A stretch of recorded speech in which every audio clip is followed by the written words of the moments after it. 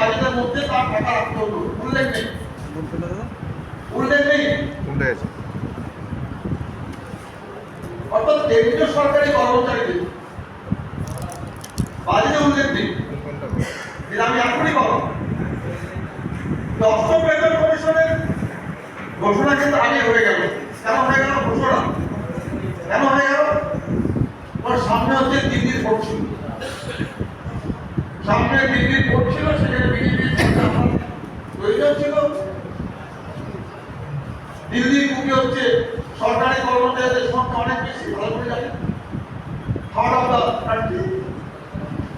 কেন্দ্রীয় সরকারি কর্মচারী ও তার পরিবার পরিজনকে কাছে চলে গেল। অষ্টম বেতন কমিশনের সিদ্ধান্ত গভর্নমেন্ট নিয়েছে।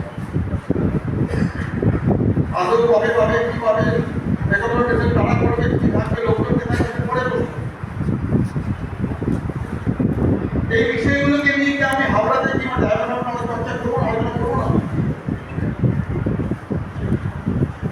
একসঙ্গে আমরা দুটো কাজ, এই কনভেনশন থেকে আমি স্পষ্ট করে কথা উল্লেখ করছি।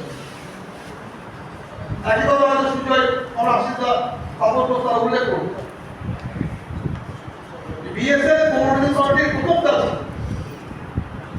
কাজ হচ্ছে নিজের নিজের সম্পর্কটাকে মজবুত করা। বিএসএফ এর প্রতিদিনের সংখ্যায় কমেছে, সংখ্যায় কমলেও কিন্তু লড়াই কমলে চলবে না।